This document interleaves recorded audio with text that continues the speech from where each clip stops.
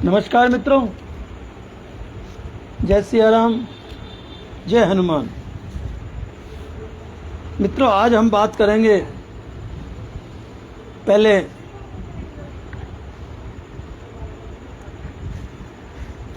शरीर के स्वस्थ रहने के बारे में। मित्रों, अब वर्षा ऋतु का मौसम प्रारंभ होने वाला है, जिसे हम चौमासा भी कहते हैं। और इस ऋतु में, इस मौसम में अनेकों बीमारियां घर कर लेती हैं, क्योंकि वर्षा के कारण अनेकों जीव जंतु पृथ्वी पर पैदा हो जाते हैं, अपने बिलों से बाहर निकल जाते हैं और उनके कारण अनेकों बीमारियां हमें हो जाती हैं। उनसे बचने के लिए कुछ उपाय, बीमार क्यों होते हैं, स्वस्थ कैसे रहें, इसके बारे में हम बात करेंगे। तो मित्रों, सामान्यतः बीमार होने के कारणों को समझने के लिए इन्हें 4 भागों में बांटा जा सकता है, और प्रयास करें तो हम इन कारणों को दूर भी कर सकते हैं। पहला है भोजन। लगभग 25% रोग भोजन की गड़बड़ी के कारण ही होते हैं। जरूरत से ज़्यादा भोजन करना, स्वादिष्ट चीज़ों को अधिक मात्रा में भोजन करना, तला हुआ भोजन करना, मिर्च मसालों का अधिक सेवन करना, सलाद, फल, शाक भाजी का कम व्यवहार करना, और चबा चबा कर भोजन को ठीक से नहीं करना। जल पीने की सही जानकारी का अभाव, कैसे जल पिया जाए, खाना खाने के बाद कितनी देर बाद खाना खाने के जल पीना चाहिए, इन सब की जानकारी के अभाव में भी हम बीमार होते हैं। जब जल नहीं पीना चाहिए तब हम पीते हैं, एवं जब पीना चाहिए तब नहीं पीते हैं। मित्रों, भोजन करने के 30 मिनट या 40 मिनट के बाद ही भोजन जल का सेवन करना चाहिए। इससे भोजन पच जाता है। अगर हम उससे पहले पानी पीते हैं, जल पीते हैं, तो भोजन को जलने में कठिनाई होती है। आप लोगों ने प्रायः देखा होगा कि कुछ लोग भोजन करने के पश्चात ठंडे पदार्थों का सेवन करते हैं, या तो फ्रिज का पानी पी लेते हैं। कई लोगों को तो हमने कुल्फ़ी, आइसक्रीम का सेवन भी करते हुए देखा है, और नतीजा प्रातः उनको कब्ज रहेगी, एसिडिटी हो जाएगी, अम्ल पित्त बन जाएगा। तो जल हमें भोजन के 30 से 40 मिनट के बाद ही पीना चाहिए, पीना ही चाहिए। यदि इससे अधिक देर में हम जल का सेवन करेंगे तो भी हमें हानि होगी, नुकसान ही होगा, क्योंकि इस समय जल पीना हमारे भोजन के लिए, स्वास्थ्य के लिए लाभदायक होता है। यदि इससे विलंब में हम जल का सेवन करते हैं तो हमें कब्ज की शिकायत हो जाएगी। इसलिए भोजन के आधा घंटे बाद तो करीब करीब पानी पी ही लेना चाहिए। व्यायाम। इसी प्रकार 25% रोग रोजाना व्यायाम नहीं करने से होते हैं। यदि मनुष्य प्रतिदिन व्यायाम करता रहे तो 25% रोग तो वैसे ही दूर हो जाएंगे। तो मित्रों, 25% तो रोग भोजन को सही तरीके से करने के कारण और जल के समय पर पीने के कारण ही दूर होंगे, और 25% रोग व्यायाम करने से दूर होंगे। यानी कि आधी बीमारियां, 50% तो हमारे शरीर से बीमारियां वैसे ही दूर हो जाएंगी। प्रातः सूर्योदय से पूर्व उठ करके तेज चलना एक अच्छा व्यायाम है। योग के कुछ आसन हमें नियमित करने चाहिए ताकि स्वस्थ बने रहें। व्यायाम एवं योगासन के पश्चात थोड़ी देर शवासन भी करना चाहिए, जिससे अनेक बीमारियां स्वतः ही ठीक हो जाती हैं। शवासन करना ही आवश्यक है, उससे हमारे शरीर को बहुत आराम मिलता है, रिलैक्स मिलता है और अनेकों बीमारियां स्वतः ही दूर हो जाती हैं। आगे आता है भावनाएं। मन में भावनाएं कैसे लाएं? भावनाओं से भी रोग उत्पन्न होते हैं। भावनाओं और संकल्पों का स्वास्थ्य से सीधा संबंध होता है। अच्छा स्वास्थ्य सद्भावनाओं एवं सद्विचारों पर भी निर्भर करता है। क्रोध, ईर्ष्या,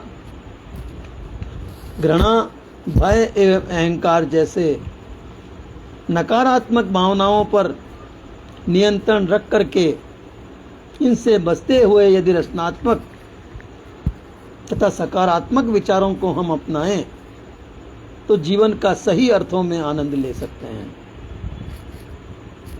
प्रारब्ध।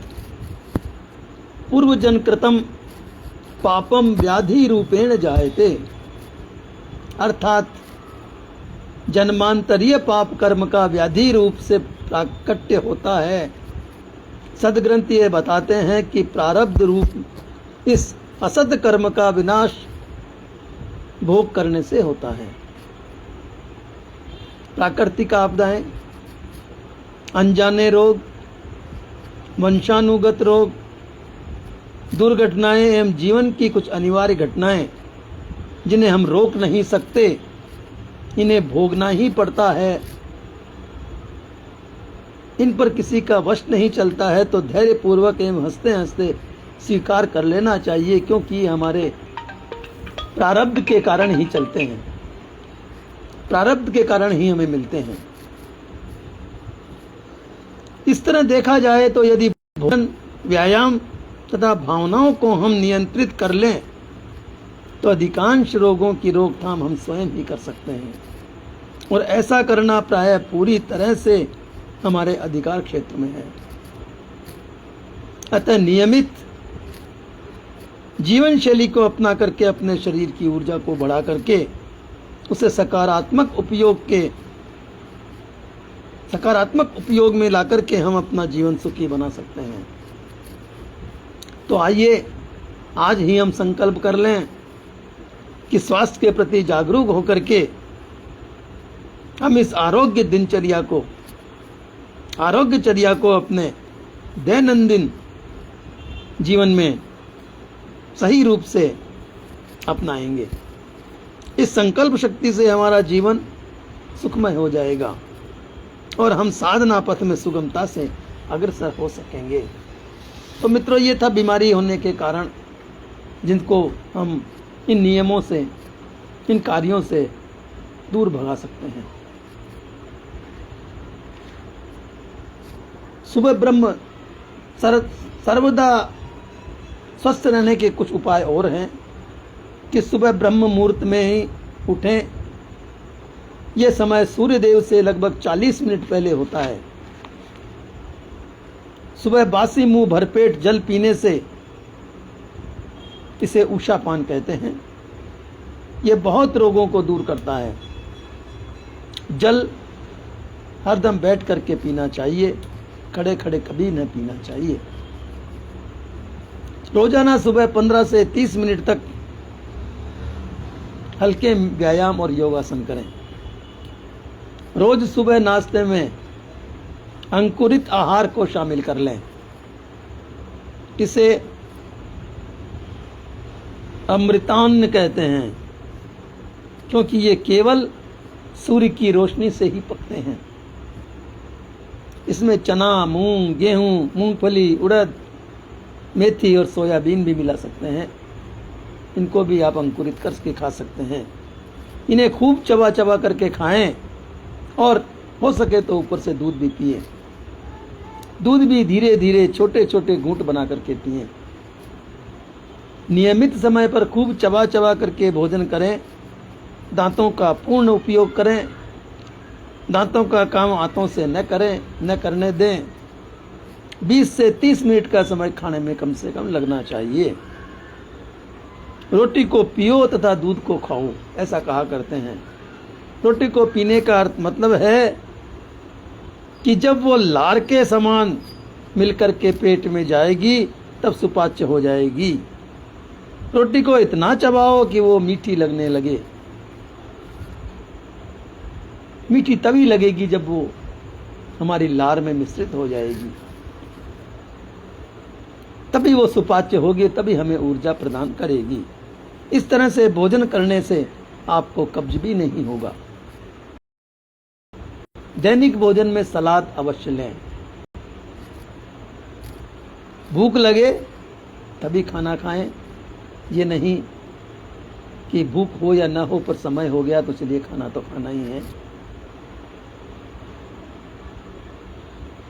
भूख का 70% खाना ही खाएं, 30% पेट को रखें, उधर को खाली रखें। अनावश्यक बार बार न खाएं तथा ठूस ठूस करके न खाएं, और भोजन में किसी से होड़ न लगाएं। तूने 4 रोटी खाई है, मैं 5 रोटी खा के बताऊंगा। तूने 8 रोटी खाई है तो मैं 9 रोटी खा के बताऊंगा। इस तरह से पेट को कूड़ा घर न बनाएं। दोनों समय भोजन करने के बाद यथासंभव कुछ देर आराम करें, लेकिन नींद न लें। 8 श्वास दाहिनी करवट और 16 श्वास सीधी करवट तथा 32 श्वास बाईं करवट लेकर के अवश्य आप, जिसे लेटने की बात मैंने कही है, वो इस प्रकार लेटना है आपको। इस प्रकार इतनी देर तक इसी स्थिति में लेटना है। इससे क्या होगा कि आपकी पाचन क्रिया ठीक हो जाएगी। तथा इसके बाद वज्रासन जरूर करें। दोनों घुटनों के बल पे बैठ करके हाथ घुटनों पर रखें, मेरुदंड सीधा रहे। ये सामान्य वज्रासन है। दोनों समय भोजन के बाद मलमूत्र त्यागें। दोनों समय भोजन के बाद में मूत्र त्याग करें। मूत्र त्याग करने से आपको जिंदगी में कभी भी मूत्रों से संबंधित रोग आपके कभी भी नहीं होगा।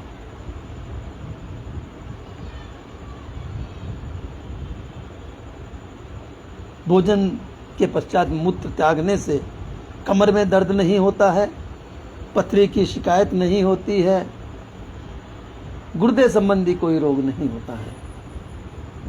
और दोनों भोजन के बीच में केवल फल एवं जूस ही लें और कुछ न लें। प्रातः भोजन कर लिया और रात्रि को भोजन करना है, इसके बीच में यदि आपको क्षुधा होती है तो फल लें या फलों का जूस लें, फलों का रस लें। इसके अलावा और अगड़म सगड़म कुछ न खाएं। दिन भर में करीब 2.5 से लेकर के 3 लीटर तक जल अवश्य सेवन करें, पानी अवश्य पिएं। केवल बीच बीच में 2-3 घूंट पीते रहें। भोजन के लगभग 1 घंटा पहले तथा 1 घंटा बाद जल पिएं। मैं 30 मिनट की बात कर रहा था, ये 60 मिनट की बात कर रहे हैं। चाय, कॉफी, सिगरेट, जर्दा, पान पराग, भांग, चरस, गांजा, शराब, बीड़ी इत्यादि मादक पदार्थों का तो, नशीली चीज़ों का तो बिल्कुल ही सेवन न करें। ये स्वास्थ्य के लिए विष के समान है, जहर के समान है। इसे आप धीमा जहर कह सकते हैं, और धीमा जहर ही होता है। शरीर के किसी वेग को न रोके। यदि आपको मूत्र त्याग की इच्छा हो रही है तो तुरंत मूत्र त्याग करें। यदि आपको मल त्याग की इच्छा हो रही है तो मल त्याग करें। आपको यदि खांसी आ रही है तो खांसी को आप खांस लें। यदि आपको छींक आ रही है तो छींक भी आप त्याग लें। यदि अपान वायु को बाहर निकालना है तो उसे भी निकाल लें। डकार आ रही है तो उसे भी आप निकाल लें। इन वेगों को रोकने से बहुत नुकसान होता है। कई बीमारियां पैदा होती है, इनसे संबंधित बहुत सी बीमारियां जो है हो जाती हैं। हरदम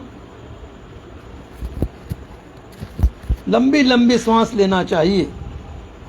आदत डालें कि आप हमेशा लंबी लंबी सांस लें। इनसे अनेक बीमारियां स्वतः ही दूर हो जाती हैं। मूत्र त्यागते कर वक्त दांत जोर से भींच लें तथा मूत्र को पूर्ण वेग से न छोड़ करके बीच बीच में रोक करके करें। ऐसा करने पर पौरुष ग्रंथि की शिकायत नहीं होगी एवं शिकायत होने पर कुछ हद तक वो ठीक भी हो जाएगी। कितना सरल तरीका है इस रोग से बचने का। पुरुषों में जो पौरुष ग्रंथि रोग होता है, प्रोस्टेट ग्रंथि जो रोग होता है, वो नहीं होगा, और हो गया है तो वो काफी हद तक ठीक हो जाएगा। नहाने के पहले मूत्र त्याग अवश्य करें। एक कहावत है कि नहाने से पहले और खाने के पश्चात अवश्य ही मूत्र त्याग करें। रोज रात 9-10 बजे तक सोने की आदत डाल ही लें। सोना ही है 9-10 बजे के बीच में हमें अवश्य सोना है। सोते वक्त सिर हरदम दक्षिण दिशा की तरफ रख करके ही सोएं। इससे उत्तरी ध्रुव में जो चुंबकीय शक्ति है उसका प्रभाव हमारे शरीर पर कम पड़ेगा, या यूं कहें कि पड़ेगा ही नहीं। हमारे शरीर के अंदर जितने भी अवयव हैं वो सब, यदि हम उत्तर की तरफ सर करके सोते हैं तो वे उल्टी तरफ ही हमारे सारे अवयव खींचने लग जाते हैं। यदि हम दक्षिण की तरफ सर करके सोएंगे तो सारे अवयव अपनी वास्तविक स्थिति में ही रहेंगे, क्योंकि उन्हें दक्षिण ध्रुव का चुंबकीय प्रक्रिया जो है, चुंबकीयकरण है, वो खींचेगा और वे अपने स्थान पर सही रहेंगे। तो मित्रों, ये था स्वस्थ रहने के तरीके, स्वस्थ रहने की बातें, स्वस्थ रहने के कुछ उपाय मैंने चिकित्सक होने के नाते आपको बताए हैं। आप करिए, स्वस्थ रहिए, क्योंकि पहला सुख निरोगी काया, दूजा घर घर में माया। धन बाद में कमाइए, पहले स्वस्थ होइए। आप धन कमा लेंगे लेकिन आप स्वस्थ नहीं रहेंगे तो वो धन किस काम का? कौन उस धन को काम में लेगा पता नहीं। आप तो ले नहीं सकेंगे, क्योंकि यदि आपको मधुमेह हो गया, शुगर हो गया, तो आपको खाने पीने पर पाबंदी लग जाएगी। आपको हृदय रोग हो गया तो आपको खाने पीने में पाबंदी हो जाएगी। आपको श्वास रोग हो जाता है तो आप चलने फिरने में भी पाबंद हो जाएंगे। इसलिए पहला सुख निरोगी काया। आप कितना भी पैसा कमा लीजिए, यदि मधुमेह आपको है तो आप खाने पीने की में भी कोताही बरतने लग जाएंगे। आपका खाना पीना सब बंद हो जाएगा। वो पैसा किस काम का, वो धन किस काम का जो आपके ही काम ना आवे। तो मित्रों, इन नियमों को अपनाइए और स्वस्थ रहिए। नमस्कार, प्रणाम, जय सिया राम, जय हनुमान।